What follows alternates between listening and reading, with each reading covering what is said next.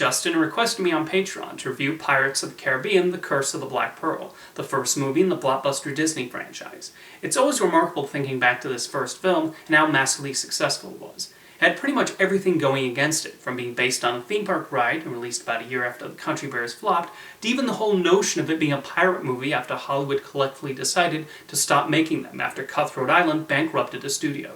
It's little surprise Michael Eisner came close to shutting it down a few times. It was somehow released though, and turned out to be a really entertaining movie. I think there are a number of factors that played a role in Curse of the Black Pearl working out so well. First of all was Gore Verbinski's direction and his decision to make it an old-fashioned swashbuckler. Whatever magic occurs in the movie is mainly relegated to the curse placed on the pirates that turns them into skeletons. The characters and the motivations are also clearly defined, with all of them seeking one thing in particular. It's appropriate this is based on a Disneyland ride, because if this script had been written 50 years earlier, I can absolutely see it as something Walt Disney himself would have approved for production.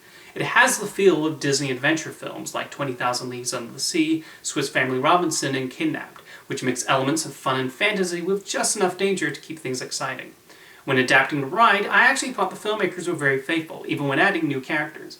Many of the familiar hallmarks of the attraction are there, including the port with the drunken pirates, the treasure-filled cave, the cannon battles, and the skeletons. The song Yo Ho, A Pirate's Life for Me is also cleverly woven into the movie at a number of points. There's a genuine love for using the ride as a jumping-off point, rather than being annoyed that Disney has asked the filmmakers to slap the Pirates of the Caribbean name onto this movie. As I said, the main characters are all well written and smartly developed. Even though they surprisingly don't share as much screen time as one might expect, Will Turner and Elizabeth Swann's relationship is believable, and Orlando Bloom helps make him the hero who throws himself into this pirate adventure. Keira Knightley is also able to show Elizabeth's smarts even when she becomes a damsel in distress and displays her surprise at the supernatural events that occur. Geoffrey Rush is an excellent villain, and part of what makes Captain Barbossa work is the fascinating twist on the usual pirate theme and the reason he's hunting for treasure. You would think ruthless pirates would love being immortal and lacking the ability to die. Instead, they hate the fact they're immortal, and their entire motivation is just to remove the curse. It's the actions that make Barbossa and his crew the villains. Of course, a large part of what makes Curse of the Black Pearl so entertaining is Johnny Depp as Captain Jack Sparrow. Depp playing an eccentric character seems to have lost its novelty for some people, but looking back at his performance, it works primarily because he still grounds Captain Jack.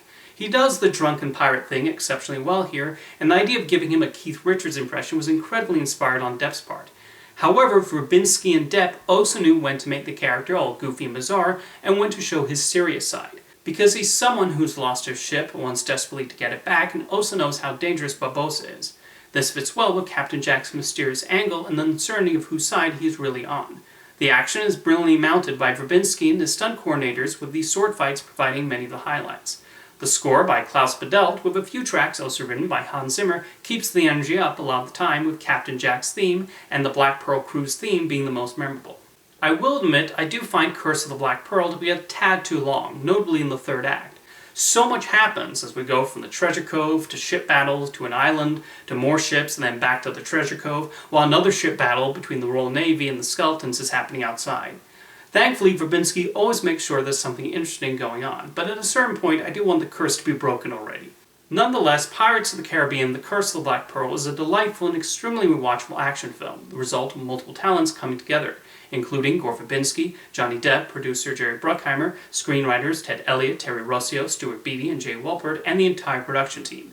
And to think, it all started because someone at Disney decided, hey, let's turn that boat ride with the pirate animatronics into a movie. The filmmakers then took that and ran with it. Let me know what you think of the first Pirates of the Caribbean movie in the comments, and thank you for the request, Justin.